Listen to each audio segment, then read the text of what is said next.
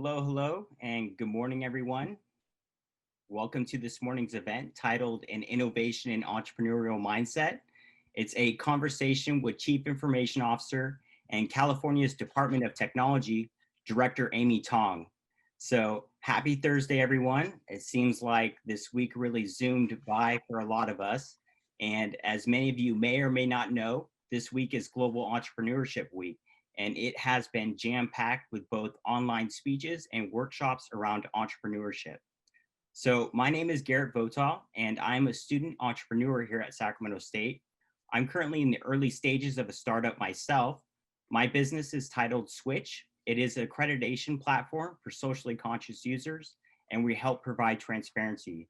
So I wanted to thank everyone for attending today, and I figured I'd start with a very surprising statistic. So there's currently over 300 million daily Zoom meeting participants worldwide. So with that statistic in mind, we are happy that you chose to invest your time here, both with Sacramento State University and the Carlsen Center, who are both diligently working to put Sacramento on the map as both a hub for entrepreneurship and innovation. So today's event is titled An Innovation and Entrepreneurial Mindset. It's featuring one of the most noted Sacramento State alumni. She is Chief Information Officer and California's Department of Technology Director, Amy Tong. So this event is brought to you in partnership with the College of Business Administration here at Sacramento State, as well as the Carlsen Center for Innovation and Entrepreneurship, which is also located here in Sacramento. So today, Director Tong will be speaking about California's technological innovation and entrepreneurial initiatives, as well as her career success. I know we will have a lot of questions today, so we encourage the audience to please put them in the Q&A box down below. And before we welcome Director Tong, I will first hand it over to the College of Business Administration, Dean Cordero. Thank you. Thank you, Garrett, and welcome, Amy. I'm going to make a formal introduction to Amy. I told her I would read this so I wouldn't mess it up. But first, I wanted to put this event in a little bit of context. You know, Sacramento State University is one of the 23 campuses of the California State University system. And we are here for, obviously, the Californians, and we are focused on our students. There's really four pieces to our mission, if you will. First, I've already mentioned the students. We're here for the students. We're here to provide educational opportunities for the students. And we're happy to say that Amy Tong was one of our students. She has her bachelor's and master's degree from Sac State. She was made in Sac State. Beyond the students, we have our faculty, who are extremely important in delivering the educational opportunities to our students. And then we have our administrators like myself and staff, like the people who helped arrange this Zoom sessions. And of course, the fourth element of our university is the community. You know, our students come from the community and they go back to the community. So we have events like this and centers like the Carlsen Center to serve our mission with the community. We try to communicate with the community. We try to tell the community what we are doing. And just as important, we try to bring the community into our university. So students who are watching this can understand the opportunities once they leave our university and opportunities while they're here at the university.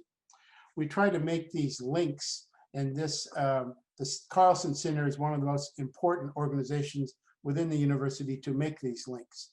So I'm going to introduce our important guest today, and she's part of these links. I've already said she's made in Sac State. Today she is giving back to Sac State, which we appreciate. And she, I hope, will motivate some of you who are listening to think about careers in her organization.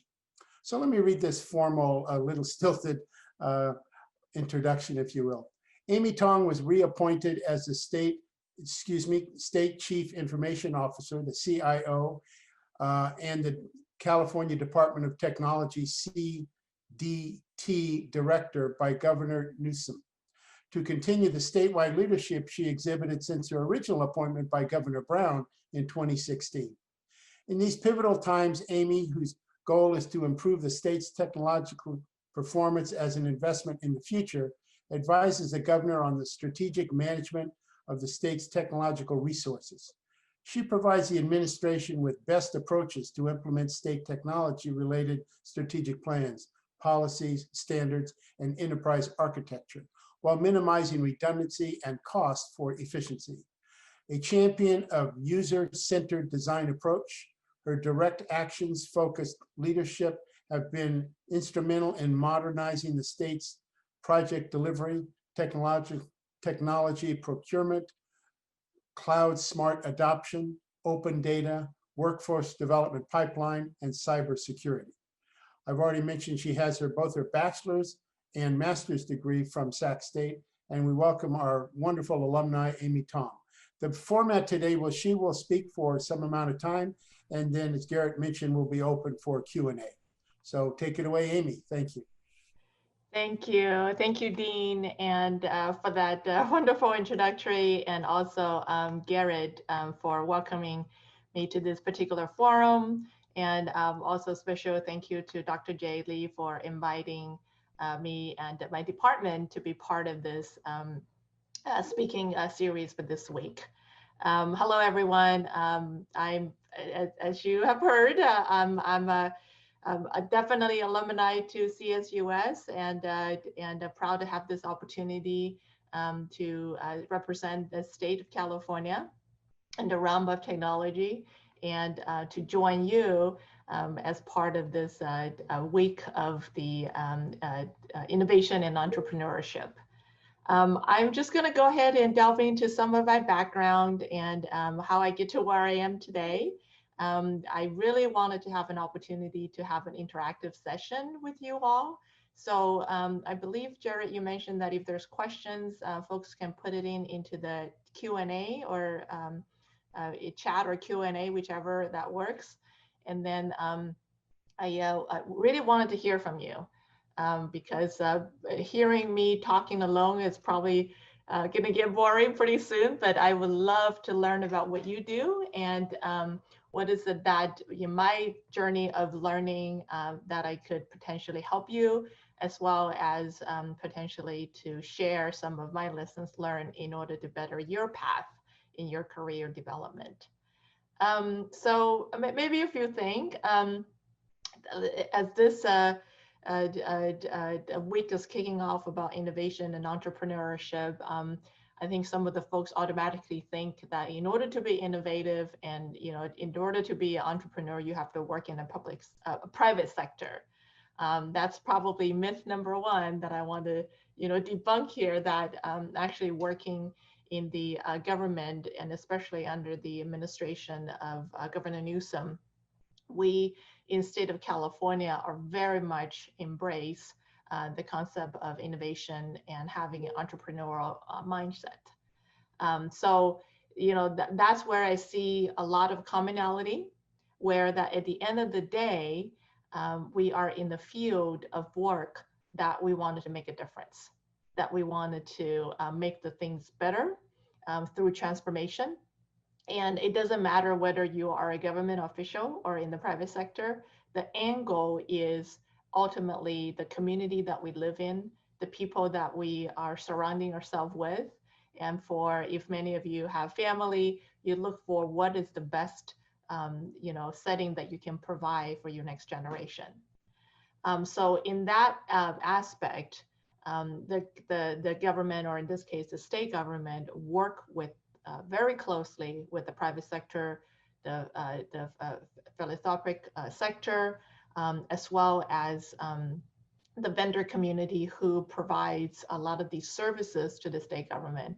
So it is a 360 interaction, if you would, in order to offer these public service that are the mission of the state government.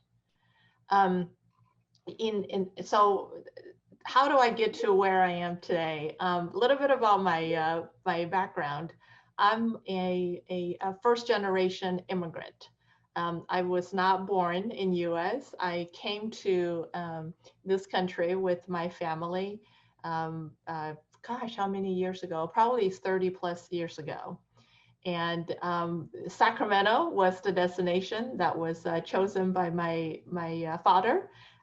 He was actually given a choice between Phoenix and Sacramento when he was offered the opportunity to work in US.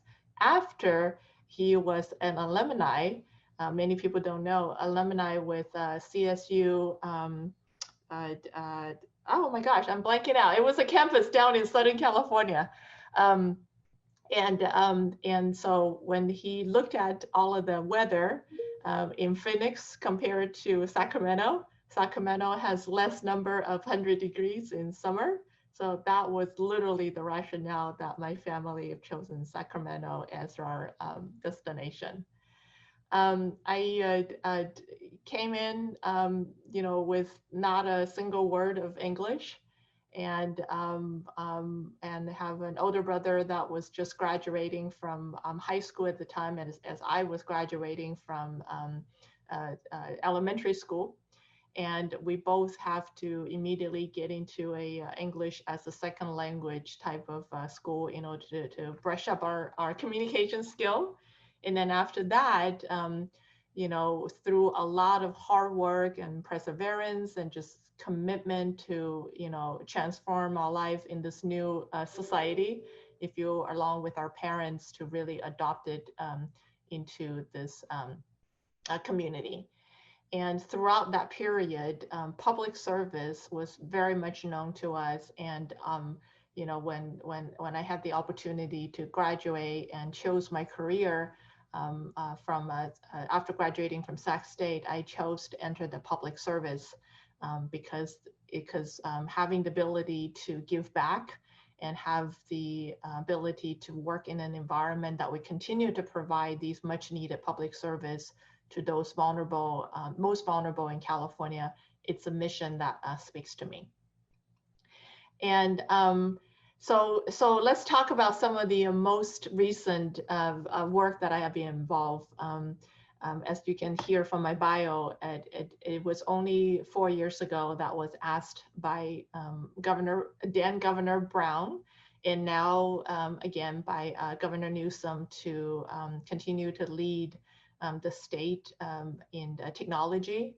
But when I first graduated from Sac State, I actually was joining the California Environmental Protection Agency in one of their department called the Water Resources Control Board, and very much started with focusing on data and using my programming skill. And don't laugh, this is still valid. I was a COBOL programmer, using my programming skill and dealing with a lot of the data analytics. So throughout my career in the state of California, I've delved into a lot of dealings with environmental information.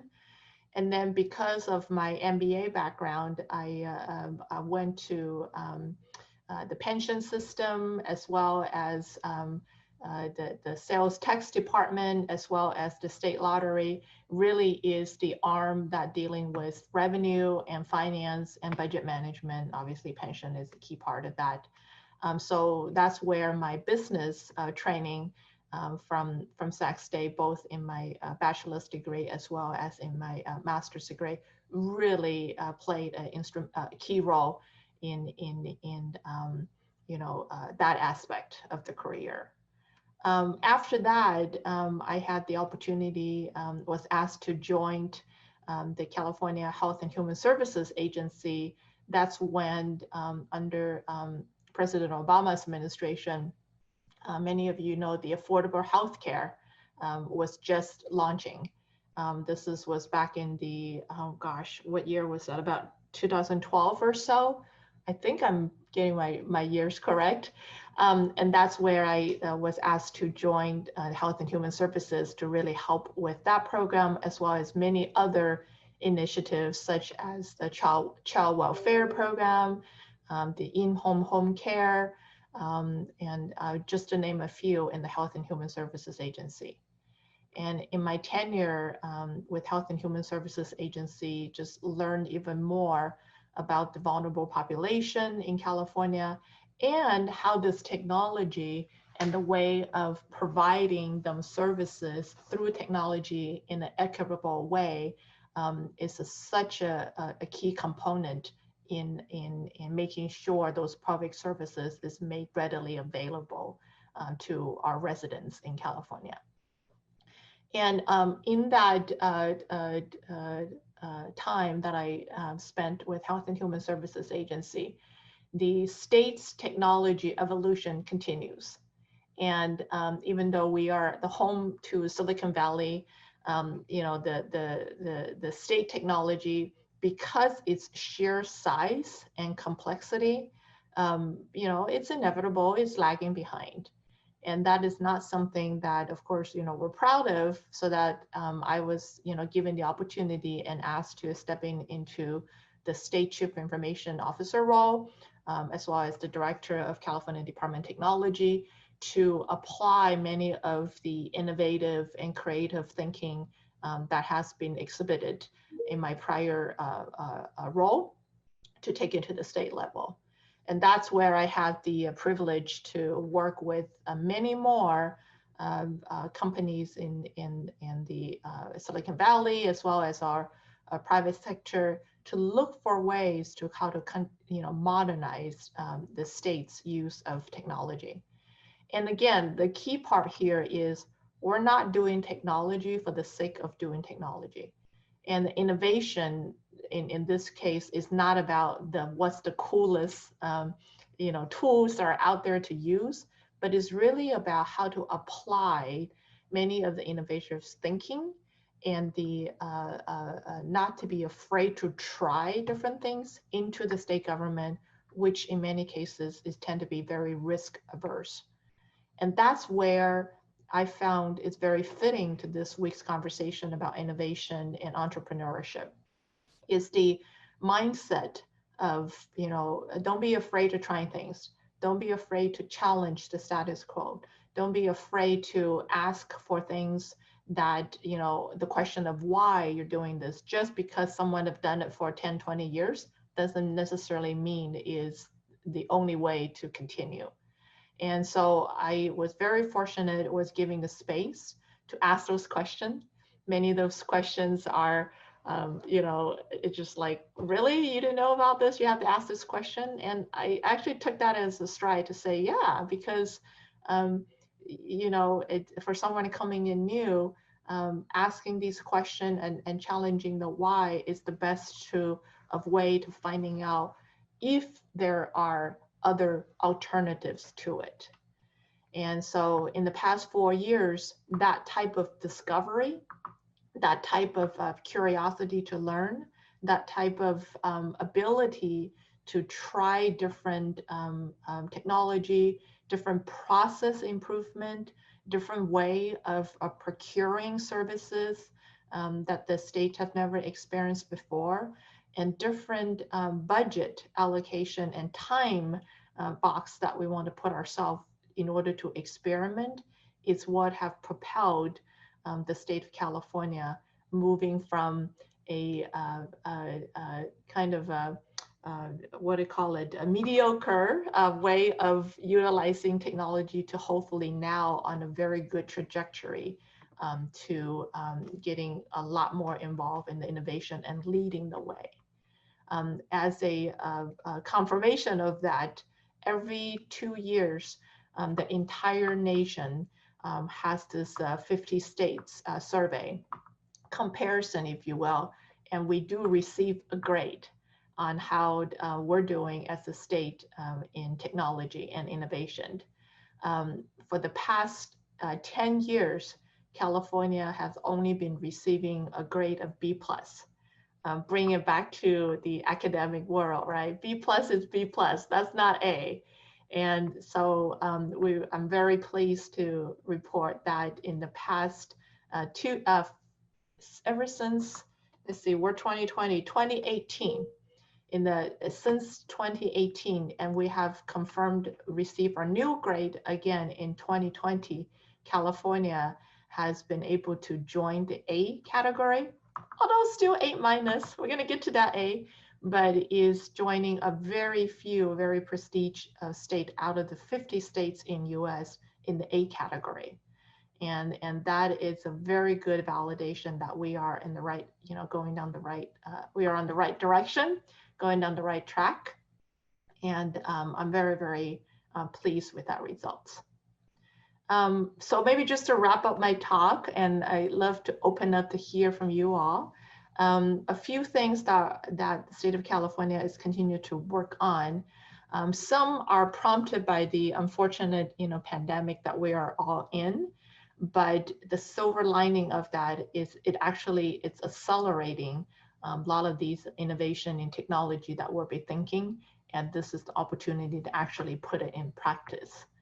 The state of California, through this pandemic, is utilizing very much a data-driven, evidence-based driven approach in decision making.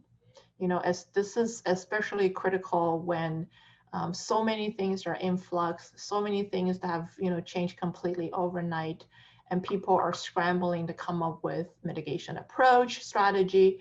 It's more important that we take a deep breath, look at the data, and see what the data is telling us in order to apply the right strategy to mitigate. And so that decisions are not being made based on opinion, but based on that, but it's really a data driven approach to do that. Second, because of the rapid response that were needed, a lot more automation is being applied. So the artificial intelligence, automation in general, robotic process automation, many of those, machine learning of utilizing, scrunch through data, we have definitely implemented quite a bit. Transparency as a government entity, this may be slightly different compared to the privates. Transparency is key, especially in this rapid response. So dashboard, utilizing a lot of dashboard to present these data, using a dashboard to present the information so the general public has a good knowledge and good context on why a certain decision was made, goes a long way in building that trust and confidence from the public. And to wrap all of these up, right? As many of you are going to be our next leaders coming up, the leadership in your leadership style in leading a team going through these challenging times is most important as well. As a good leader, we have to put our people first, knowing our people is the most valuable resources, and we have to constantly find ways to inspire, to build, and support the work that they do. And knowing that at the same time, we also need to make sure that our employee and staff's well-beings are being taken care of and encourage them to find that work-life balance.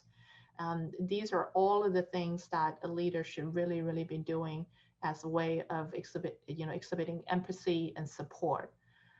So I think I'm just very privileged to be in the position I'm in today, to get to lead a team of very, very dedicated public employee and rise to the occasion on what we're dealing with in this pandemic response, but never take our eyes off the ball, so to speak, and continue to innovate and continue to try, continue to learn as we set a good example on how the state of California should do in the realm of innovation.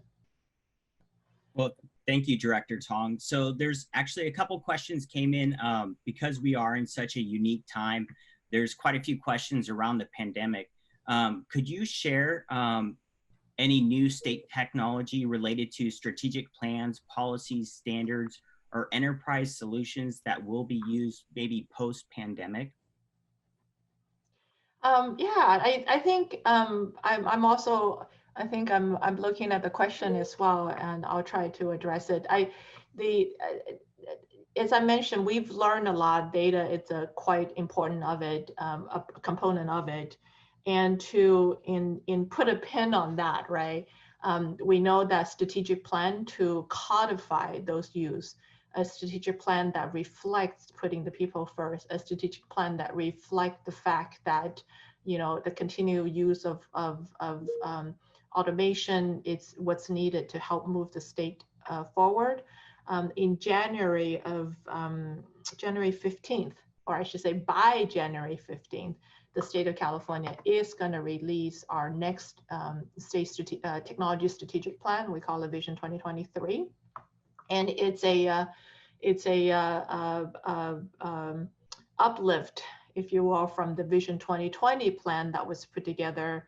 And now, because we have learned so much through this pandemic, providing these services to the hands of our residents in a way that they can consume in an equitable way is becoming even more important. So I would say the strategic plan that's going to be posted by January 15th will speak a lot to it. I would urge everybody to take a look.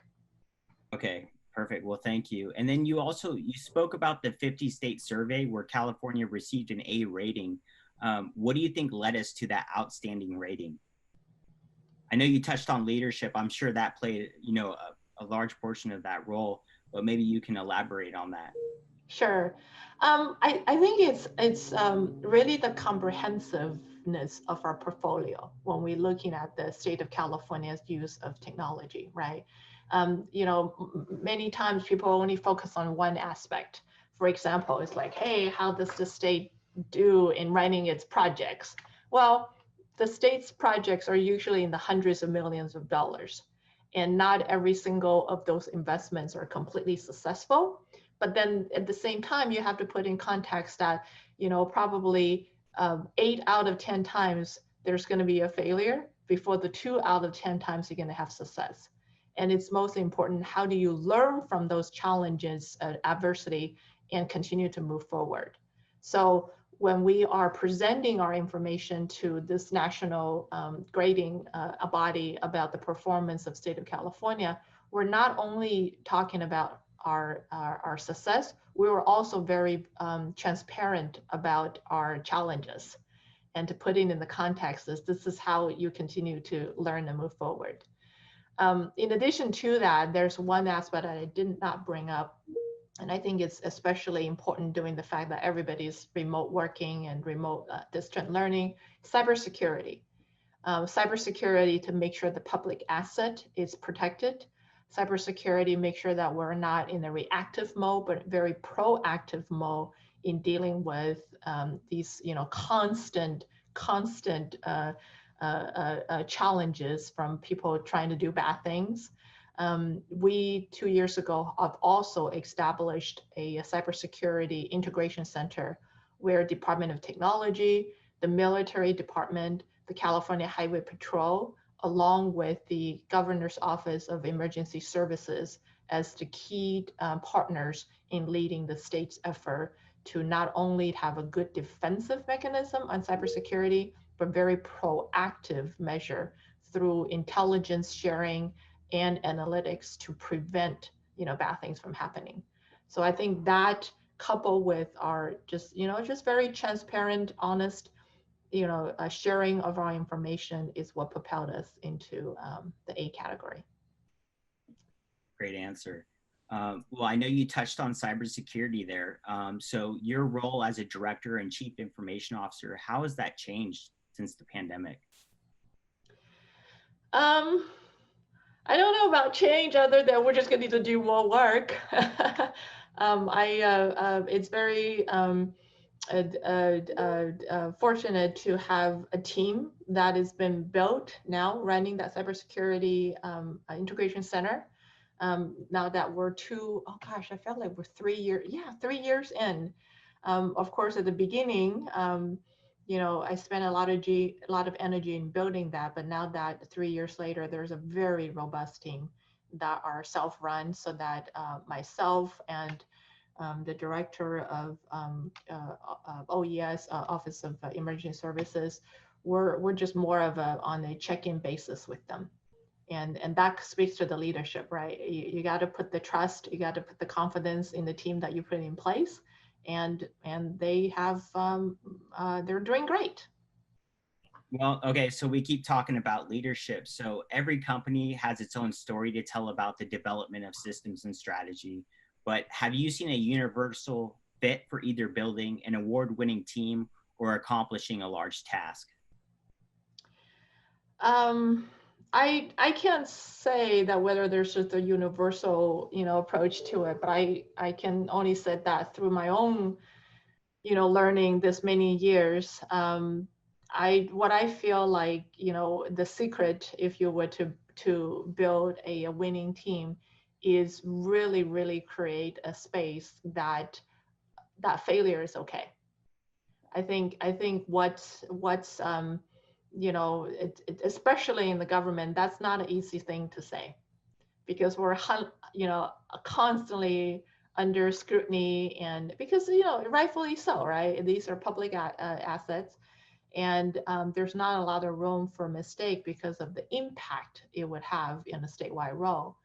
But despite of that, if you don't have a culture that failure is okay as long as you learn from it, then people is gonna be afraid to try. And if people are afraid to try, then nothing is gonna improve. Nothing is gonna get better, because it just become a status quo.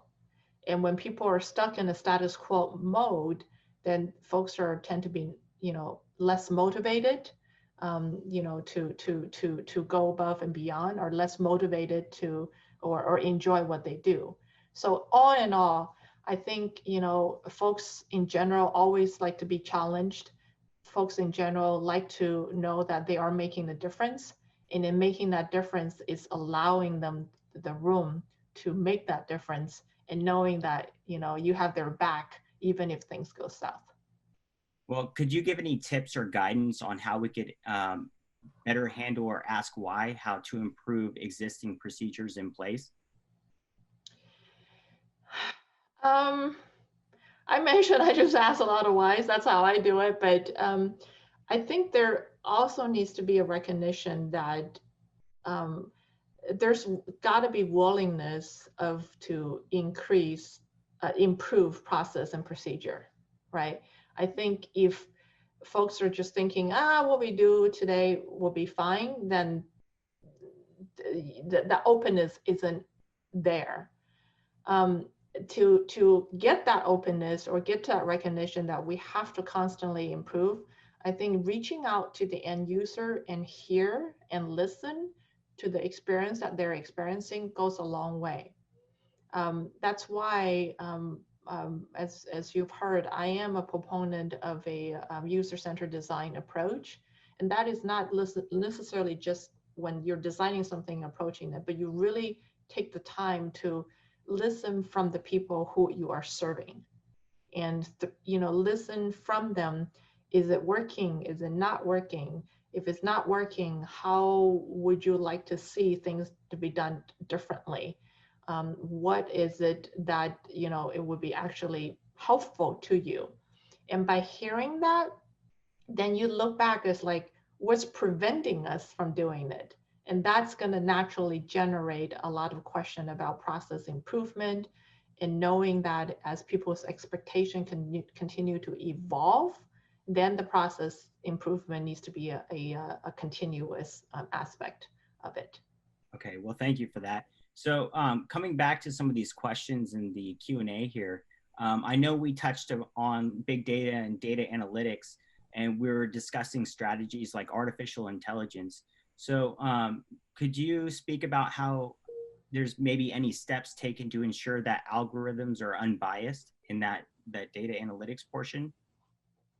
Yeah, no, a very, very good question. That's exactly why we, instead of jumping into say, hey, there's a lot of cool AI tools out there, just use it. We're actually taking a very deliberate step to working with a policy lab. I don't know if you guys heard of them. It's called Citrus. I actually don't know what it stands for, but I know it's a UC policy lab with many of the campuses to conduct a lot of analysis, looking at the responsible use of AI. Because AI, there's two fronts of AI. There's an automation, such as robotic process automation, and then there is cognitive learning, or machine learning associated that is depending on data, is depending on the sentiment of what people are providing. And that, if not careful, there could introduce bias just because, the data could be biased if it's not done, appropriately. So prior to the state just say, let's just use for AI because it's a cool tool, we are actually publishing a study that's coming up by end of the year on the analysis on what is a responsible use ought to be. And there's some guidelines and consideration that need to take place. And so I would also, ask that for those of you that are interested in it, take a look at that paper.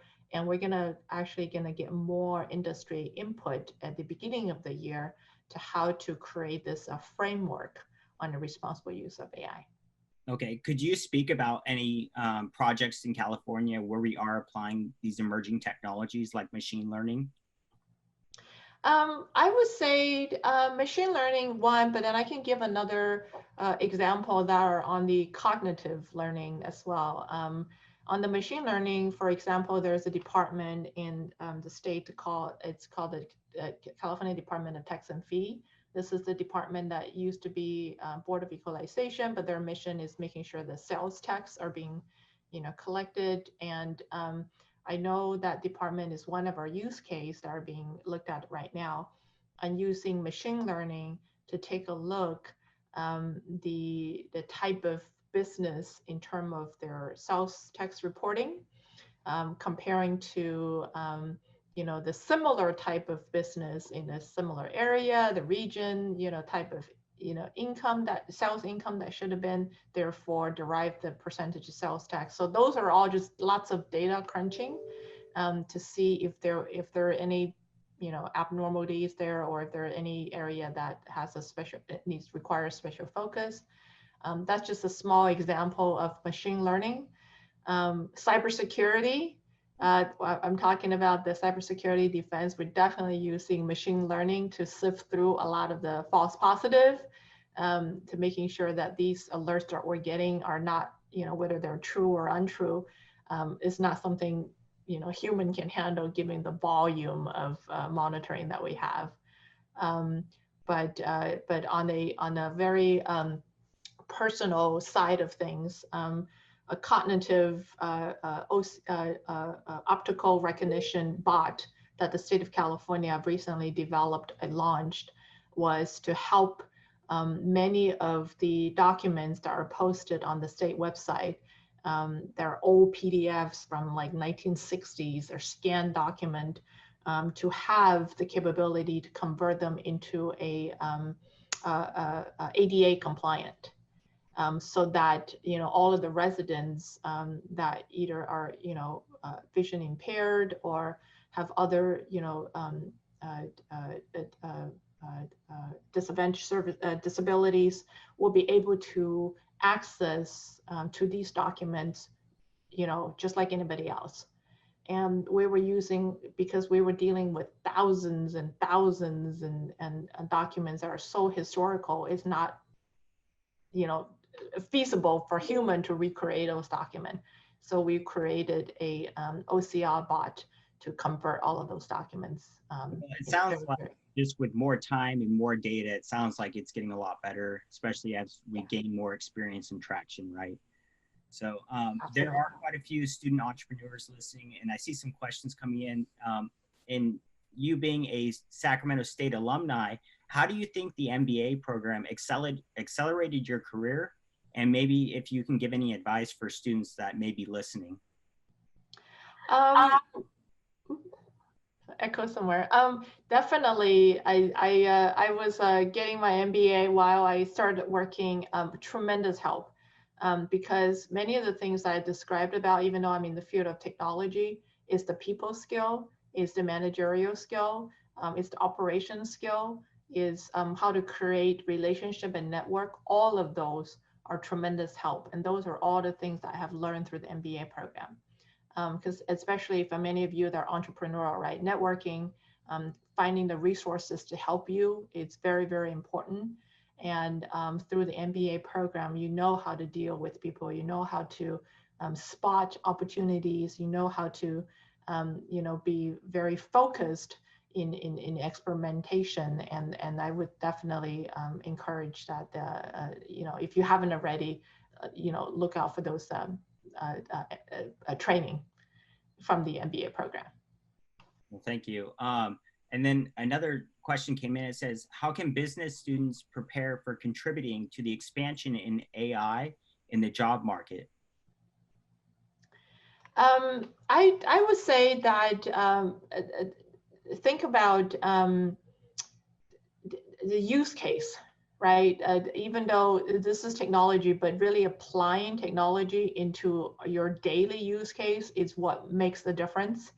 And that's what I said earlier, that when we're talking about innovations, it's not about looking at what is the cool tool out there, but it's how those technology and tools can be applied to better our everyday life.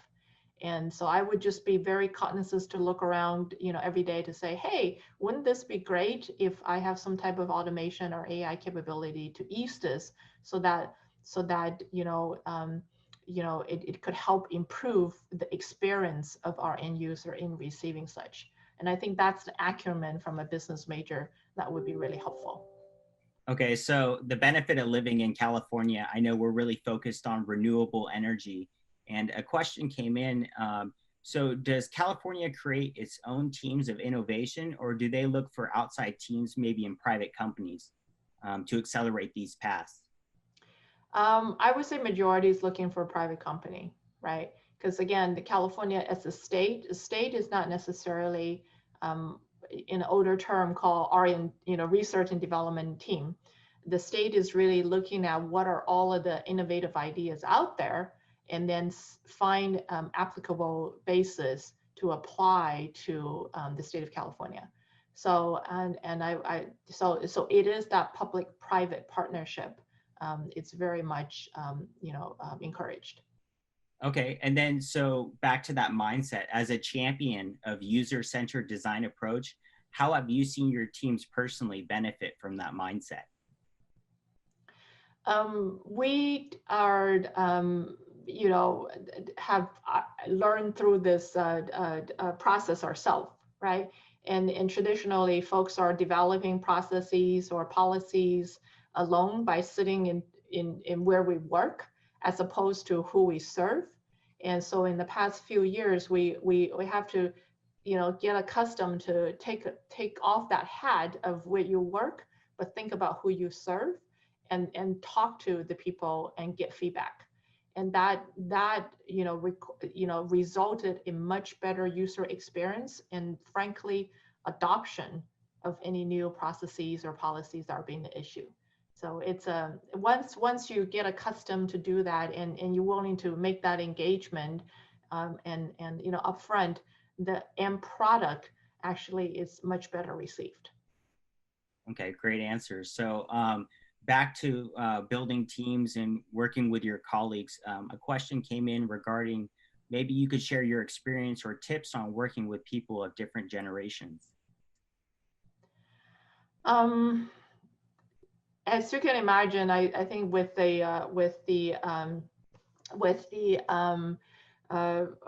workforce that are going so much just in my own department, we have, I call it 3 generation of staff, right? I'm kind of in the middle.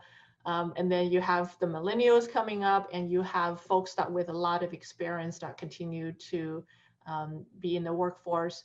And I think it's very important to respect the experience for those that have been in the workforce for a while, and couple with them, if you will, with a lot of millennials that might have a lot of energy and creative ideas, but to put them side by side working together to make it more practical. And I think this is where, a great way of making sure that different generation of workforce can get to exercise their best, from a coaching and mentoring aspect. And coaching and mentoring goes both way, right? Not just top down. Coaching and mentoring goes both way to learn from each other. And I think is that type of mix creates a very dynamic and vibrant community of workforce. Yeah, I could see that. So You do have such a diverse work experience and a long track record of success. So I'm curious to get to where you are. Did you experience any barriers of entry when you were coming up? I would say barriers, yes. Sacrifice, yes. Um, to the degree that to this date, I still do not know how to cook.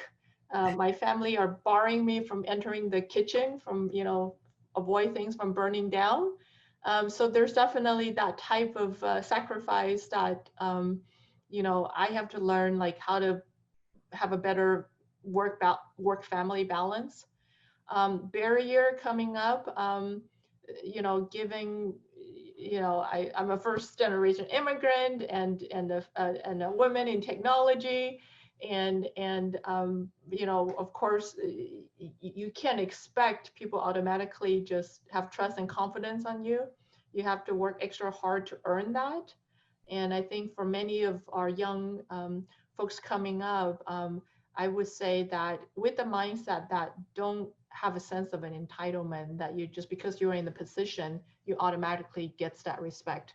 You have to really work towards earning that, to be really a best representative of the role that you're given. Yeah, and I could see how finding that work and life balance can be kind of challenging.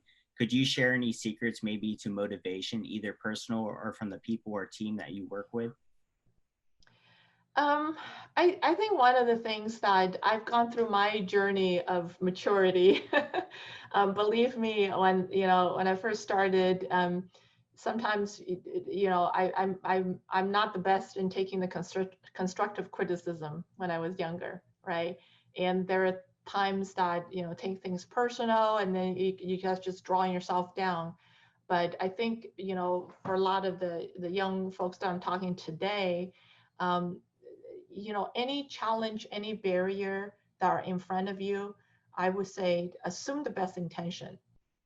Despite how difficult and how challenging those barriers or those views can be, you rise above that and take that with a stride to say, all right, I take that as a good challenge for me to do better, not as anything to kind of, further put me down. And once you have that really positive outlook, then you can overcome adversity. Perseverance is absolutely an important part of it. Don't I think having a very objective views into things, and knowing difficulty and hard work, it's part of the deal, and perseverancing through. And I think that's at least how I see myself, that helps me in working through a lot of these barrier. And I'm hoping these type of model, right? Commitment, perseverance, and rise above things, could continue to propel me to the next level. So there are quite a few entrepreneurs listening today, and in particular, there's somebody in the biotech startup field. They were actually asking if you maybe had a vision for the future of that industry in California, or maybe you can speak about that industry a little bit. Yeah, I'm glad to hear biotech.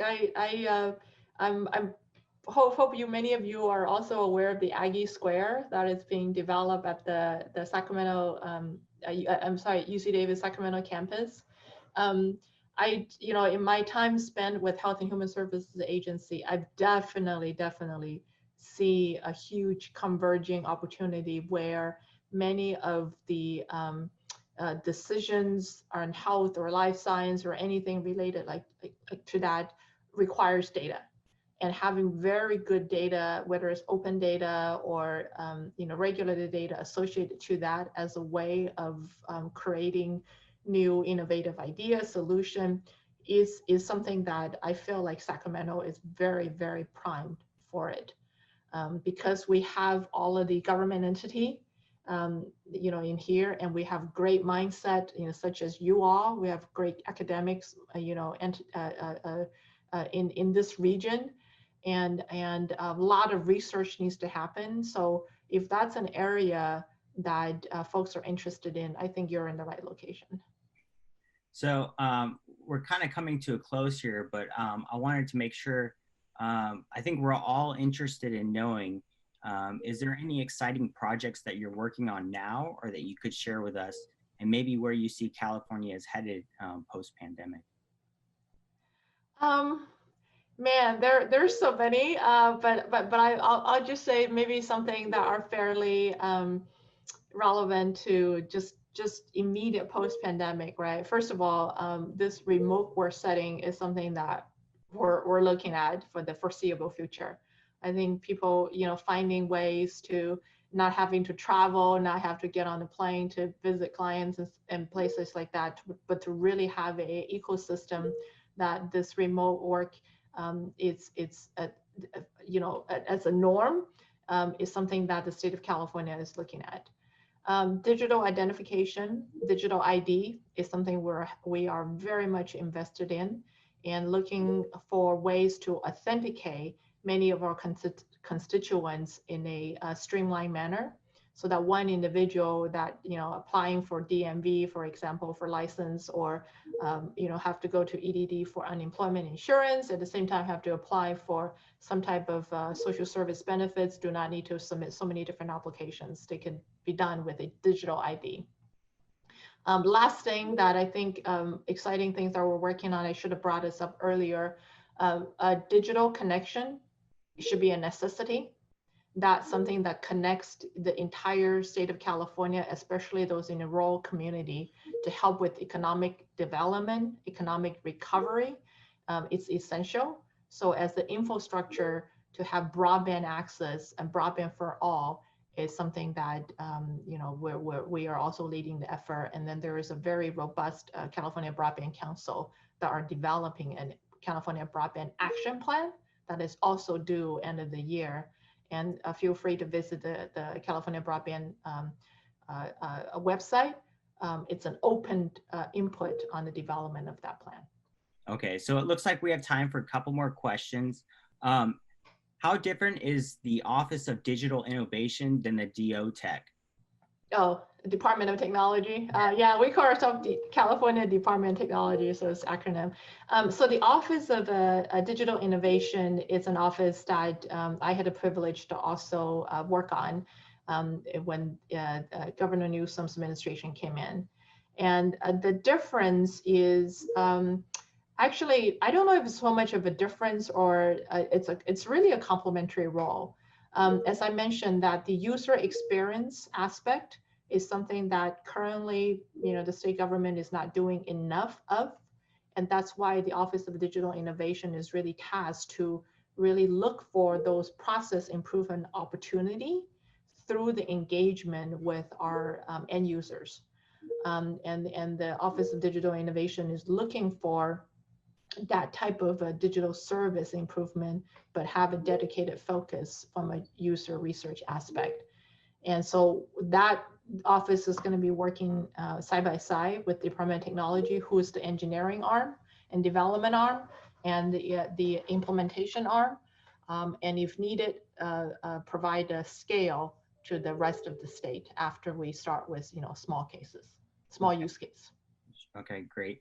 Another question from the same participant: is it possible to utilize a more secure browser among the state or local departments? For example, such as DuckDuckGo? I probably won't be the best to speak to that very technical level. I do know that because we have such a wide variety of population and their access to different packages, the service that we provide has to be most universal. So it's not necessarily at the browser per se, but it's the type of service that deliver needs to be either, on a encrypted website or, data needs to be differentiated, whether it's open or it has privacy and security concern. So it's not necessarily at the browser level. It's really looking at the service level that are being provided, and do keep in mind that we have a huge state that don't necessarily are standardizing in a single browser. Okay, well, I wanted to squeeze in one more question, and this is, I'm very fascinated with blockchain right now. So where do you see California utilizing that technology? Yes, I'm glad you brought that up. I almost forgot. We recently, the state of California just published a blockchain paper as well, which I had the privilege to serve along with other 20 plus committee members from the industry and government. Again, it's one of those technology that has to apply to use case, right? And I think there were several use cases that was laid out in the blockchain paper. And I think there is an unfortunate timing issue when the pandemic hit. A lot of that has to put on a back burner a little bit. But regardless, I think hopefully once we get through the pandemic, a lot of those use cases can be revisited as a continual pursuant of blockchain opportunity. Well, I think that concludes our time here today, Director. So thank you very much for being here. And on behalf of everybody here at Sacramento State University and the Carlsen Center, thank you for all of your insights. I'm sure everyone has a far more understanding of the innovation and entrepreneurial mindset. I especially enjoyed our conversation. So once again, thank you, Director Tong, for attending Global Entrepreneurship Week with us. And then I'm going to hand it over to Dean Cordero before we finish off today's webinar. But thank you again. I'm just going to add to what Garrett said. By the way, very good job, Garrett.